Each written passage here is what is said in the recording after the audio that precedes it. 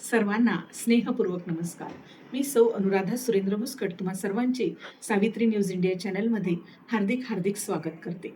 महात्मा फुले यांच्या 200व्या जयंतीनिमित्त आम्ही सावित्रीच्या लेखी काही कविता सादर करीत आहोत.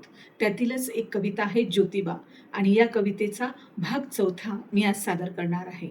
तर बघूया ज्योतिबा ही कविता. समस्तास सोपा सत्य धर्म दावी, वदे उच्च व नीच कोणी न भावी. किती पुस्तिका पुस्तके लिहिली, तशी काव्य सारंग गाणी केली. म्हणे ज्योतिबा इंग्रजी माय पान्हा, पिऊनी बळी हो अभिजात कान्हा. प्रयत्ने धडे शिक्षणाची करी रे, संसारात शांती समाधान घे रे. अनायास संबोधिती शूद्र सारे, मुगाली इरी काके आर्य गोरे. अशा कल्पनांचा इतिहास कावा, सत्यासत्य संशोधुनी बोध घ्यावा. सत्यासत्य संशोधुनी बोध घ्यावा. चला तर बघूया ह्या कवितेचा अर्थ. ह्या ओवीमध्ये सावित्रीबाई महात्मा ज्योतिराव फुलेंच्या कार्यांचे वर्णन करतात.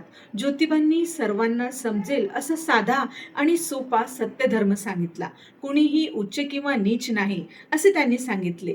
कोणत्याही प्रकारचा भेदभाव त्यांनी मान्य केला नाही आणि समाज प्रबोधनासाठी त्यांनी अनेक पुस्तके, पुस्तिका, काव्य आणि गाणीही लिहिली, जेणेकरून सामान्य माणसाला ज्ञानाचा मार्ग सापडेल. ज्योतिबांच्या मते इंग्रजी शिक्षण हे वाघिणीच्या दुधासारखे आहे. हे ज्ञान आत्मसात करून बलवान आणि प्रगल्भ बनण्यास ते सांगतात. शिक्षणाकरिता जाणीवपूर्वक प्रयत्न करून स्वतःला सुशिक्षित करा असा संदेश ज्योतिबा देतात. त्यांच्या मते जेव्हा तू ज्ञानी होशील तेव्हाच तुझ्या संसारात व जीवनात खरी शांती व समाधान लाभेल. या शेवटच्या ओवीमध्ये सावित्री आईंनी त्या काळच्या सामाजिक परिस्थितीवर भाष्य केले आहे. शूद्र समाजाला हीन लेखणाऱ्या आणि स्वतःला श्रेष्ठ समजणाऱ्या आर्य संकल्पनांचा त्यांनी उल्लेख केला आहे. सावित्रीबाई सांगतात की इतिहासातील अनेक गोष्टी ह्या कल्पित व रचलेल्या असू शकतात. त्यामुळे डोळे झाकून कशावरही विश्वास न ठेवता सत्य आणि असत्य काय आहे याचे संशोधन करा आणि त्यातूनच योग्य असा बोध घ्या.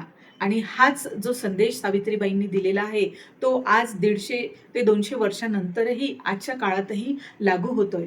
तर अशाच सावित्रीबाई फुले यांच्या आणखी कविता ऐकण्यासाठी सावित्री न्यूज इंडिया चॅनलला नक्की भेट द्या आणि व्हिडिओ आवडला असल्यास लाईक आणि कमेंट करा.